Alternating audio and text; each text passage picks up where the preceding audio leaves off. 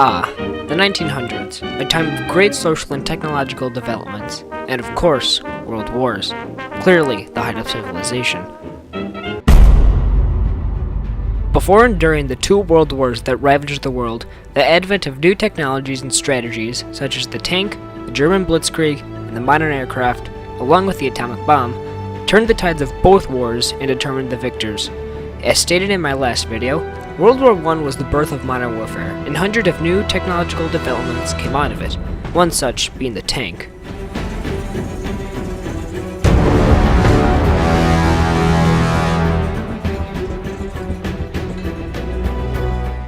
This was the first tank used in combat, the British Mark I landship. It was first used during the Battle of Villers-Courcelette, which in and of itself was in the Battle of the Somme.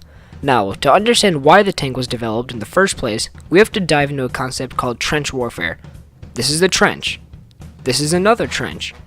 Now, in both of these trenches rest opposing sides. In between was no man's land, which was a mess of corpses, barbed wire, and crater holes. Now, this is how trench warfare works. One side charges through no man's land toward the enemy trench. The other side then opens fire with machine guns and artillery on the attacking force. If the first attack was killed off, the attacking side would send wave after wave until they gave up or the enemy trench was captured, and then the process continues. This style of warfare was difficult to win and caused great loss of life due to the defenses that the trenches have. This is where the tank comes in. With the tank, an attacking side had both mobile artillery and machine guns inside of an armored transport impervious to gunfire. During the Battle of the Somme, the Mark I saw great success and proved that the tank was the perfect tool for trench warfare, as when it broke through the German lines, it was the first time that a side had broke through an enemy trench and captured it with minimal casualties, turning the tide to the Allies' favor. It was also used as a psychological tool, as its sheer presence was enough to make the toughest soldier shake in his boots.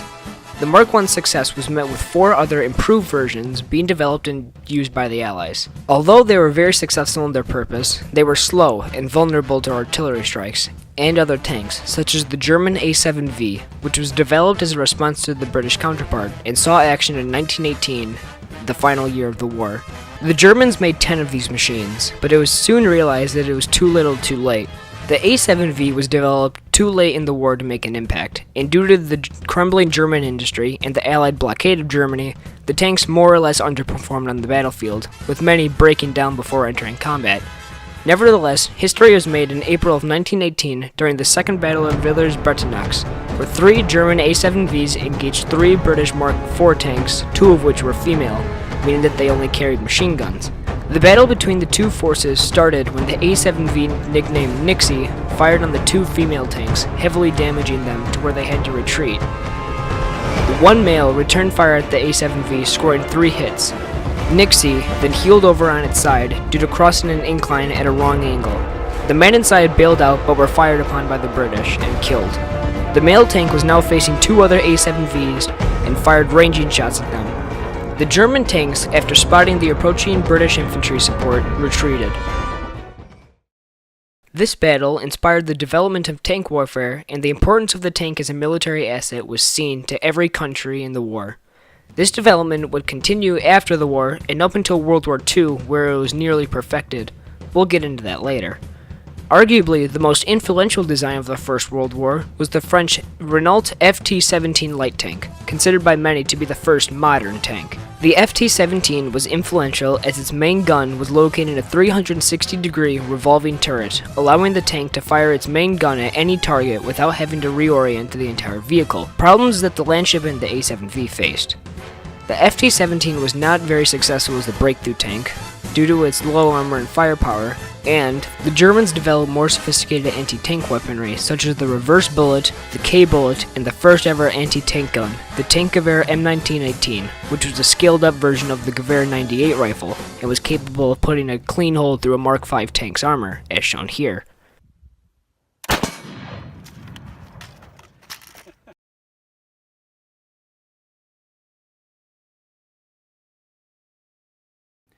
All right, that is a pretty definite success.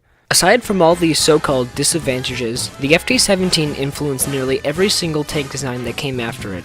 The Allies' use of the landship in trench warfare and the Germans' failure to react properly to the machine allowed the Allies to mount offensive after offensive against the Axis and eventually break the stalemate on the Western Front and defeat Germany. Now, with the war over and the world at peace, many companies could start developing new designs rather than mass producing one, as they had done in the First World War. The interwar brought along the medium tank concept, which was an intermediate between light tanks like the FT-17 and heavy tanks. Germany especially likened these tanks and poured loads of money and resources into creating the Panzer I, II, and III in preparation for an epic attack on Europe. The Allies did nothing to stop Hitler from growing his army, and in September of 1939, Germany invaded Poland.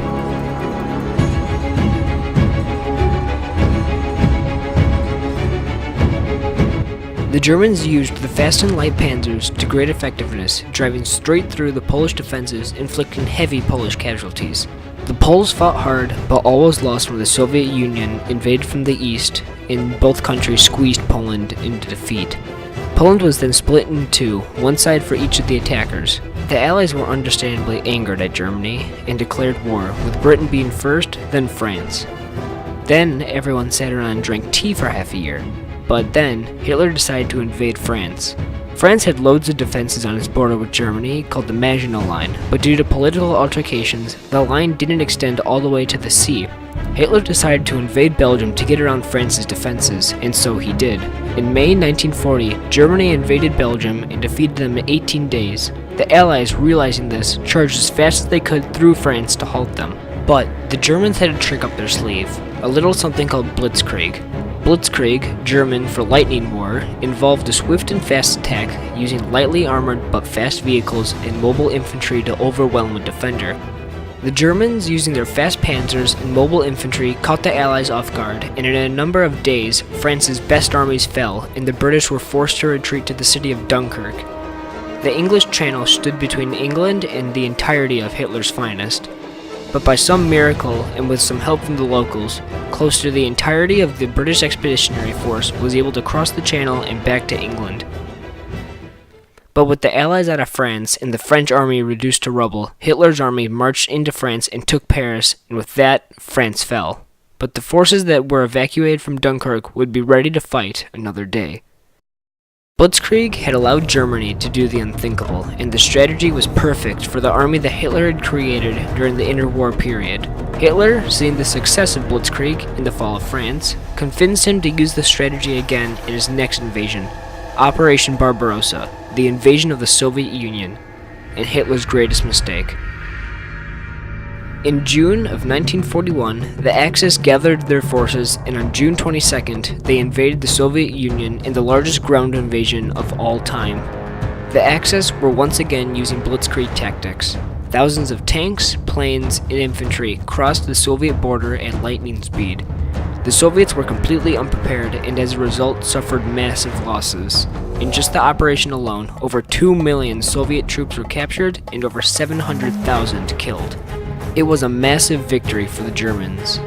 But the victory was short-lived, as the Soviets then called upon their faithful ally, the Winter, and the entire German offensive was halted.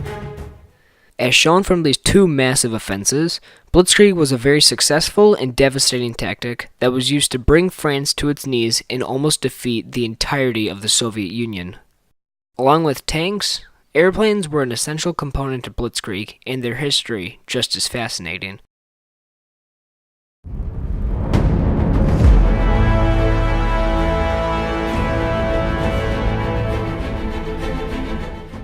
The first airplane was invented by Wilbur and Orville Wright and first flew near Kitty Hawk, North Carolina in 1903.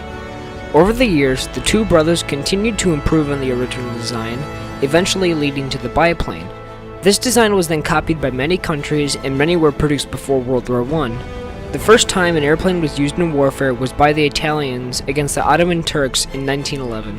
Originally, in the First World War, both sides used airplanes only for reconnaissance, but one by one, countries started to outfit their planes with machine guns to be used against other planes. Then, in 1915, the first successful synchronization gear was patented, which allowed machine guns to be fired at the front of the plane and through the propeller, stopping pilots from doing this.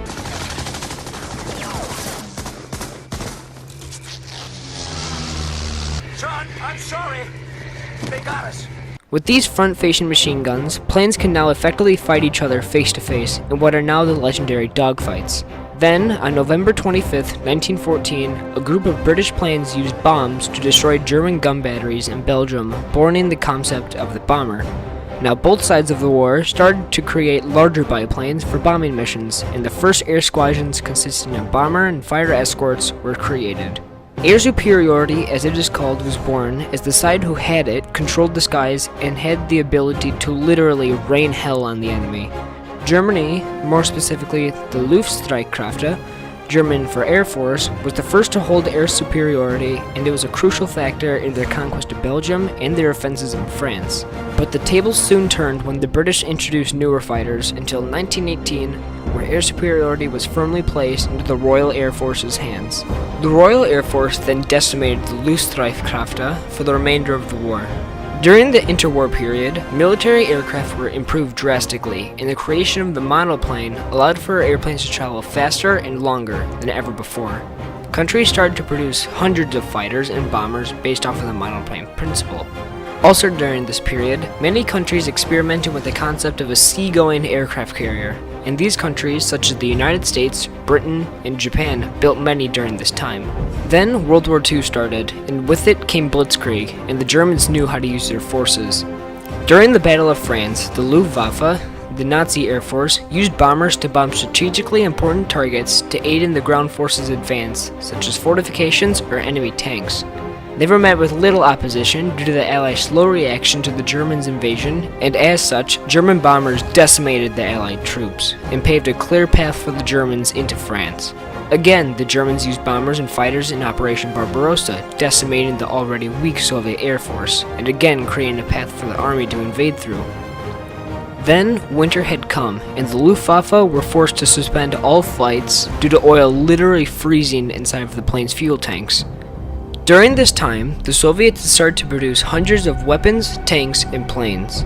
When the weather cleared, the Soviets used their now overwhelming numbers to push the Germans back, despite these weapons being crude and poorly made.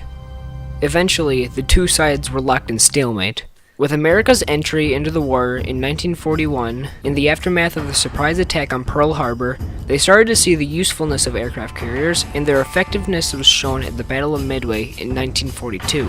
During the battle, 3 American aircraft carriers were able to sink 4 Japanese carriers with the loss of only 1 American ship. The Battle of Midway showed the world the importance of aircraft carriers. With 4 carriers sunk and thousands of men dead, the Japanese would never recover from the battle, and air superiority was gained by the Americans for the remainder of the war in the Pacific. Back in Europe, Stalin gathered his forces and launched an offensive on the Germans in a strategy very similar to Blitzkrieg, and pushed them back and out of Russia. Great Britain, on the other hand, had recuperated due to the Germans' focus on the Soviet Union, and the Allied bombing of German cities commenced, which started to weaken their industry. This was the beginning of the end for the Third Reich.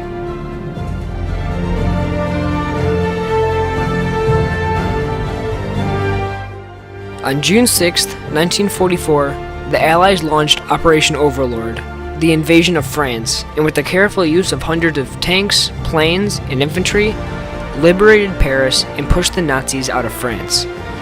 The Germans, with their industry in ruin due to the Allied bombings, found themselves being squeezed in on all sides. Hitler, finding himself alone and his armies decimated, committed suicide on April 30th in the crumbling city of Berlin. Soon after, fighting in Europe ended, but the war was not yet over.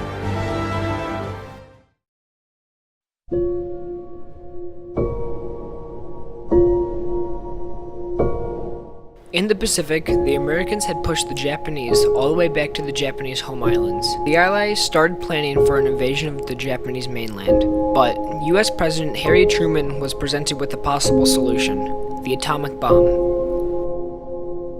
Truman had to make a choice: risk the millions of American and Japanese casualties in the invasion, or use the bomb. Truman chose the bomb. The Allies called for the unconditional surrender of Japan on July 26th, stating the alternative to be prompt and utter destruction. The Japanese government ignored the ultimatum, and the war continued. On August 6th, 1945, the atomic bomb, dubbed Little Boy, was dropped on the Japanese city of Hiroshima and killed thousands. But after all of the destruction and death, the Japanese government refused to surrender. The Americans dropped a second bomb, dubbed Fat Man, on the city of Nagasaki on August 9th. Finally, on September 2nd, 1945, on the U.S. battleship USS Missouri, anchored in Tokyo Bay, delegates from the Japanese government surrendered to the Allies, officially ending the Second World War.